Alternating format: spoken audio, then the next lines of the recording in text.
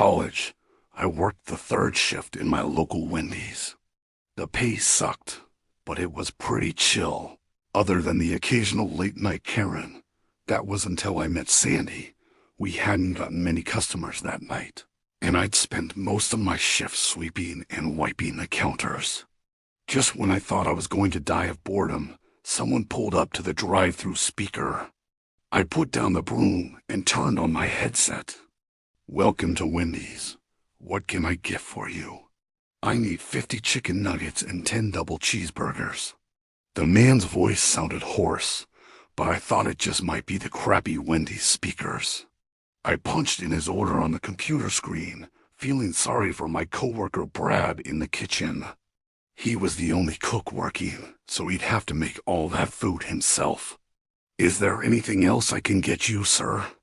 The man stayed silent and drove up to the window beside me. His white pickup truck was rusty and dented. A thick layer of grime had built up on the windshield. The driver's side window was down, and I could see the man inside. His face was pale. His eyes had deep purple bags under them. He gripped the steering wheel so tight his knuckles were white. All down his arms were strange scars. It looked like his limbs had been gnawed on by a dinosaur. I forced myself not to stare and opened the window. "All right, that'll be $45.74, sir." I wrinkled my nose. A horrible stench came from the car. It smelled like a swamp. I was used to ocean stink since I lived in Florida. But this was 10 times worse. He didn't say anything. He just handed me a wrinkled $50 bill. I took the money, trying not to show my aversion to his scarred arms and stinky truck. One thing I learned from working in fast food: you want to avoid confrontation at all costs. I gave him his change and directed him to a parking spot we had reserved for larger orders. I told him I would bring out his food when it was ready, but he just stared at me with those soulless eyes. Sandy's mighty hungry. When he opened his mouth, I could see rows of black teeth. "I'm sorry, what?" "Sandy's mighty hungry." Okay, sir. I'll bring out your food in a moment." I shut the window, but he still didn't go park in the spot I'd shown him. I dealt with my fair share of creeps, but this guy sent chills racing up my spine. I waited eagerly for Brad to start sending food through the pass-through window. But after 5 minutes, he only gotten out 20 nuggets and 2 burgers. The creep was tapping on the window with his gnarled hand. I took a deep breath and opened the window, wincing at the stinky swamp smell. Yes, sir." "Sandy can't wait much longer. She's been waiting at the house all day." "I'm really sorry, sir. He's working on your food right now. I'll get it out to you as fast as I can." I shut the window, growing frustrated. Did he seriously expect there to not be a wait for all the food he ordered? And what kind of chick was Sandy if she sat at home all day and then demanded enough Wendy as to put someone in a coma? Not even 2 minutes passed before he tapped on the window again. I threw it open. "What do you want?" He shot out his hand and grabbed my shirt by the collar, yanking me close enough that I could smell his putrid breath. "Sandy's not gonna wait any longer. How would you like me to feed you to her? Get your hands off me." I ripped his hands off my shirt and stumbled back into the window. "Get the hell out here.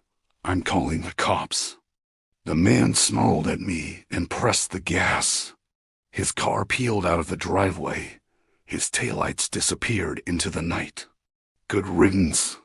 I went into the kitchen and told Brad that he made all that food for nothing.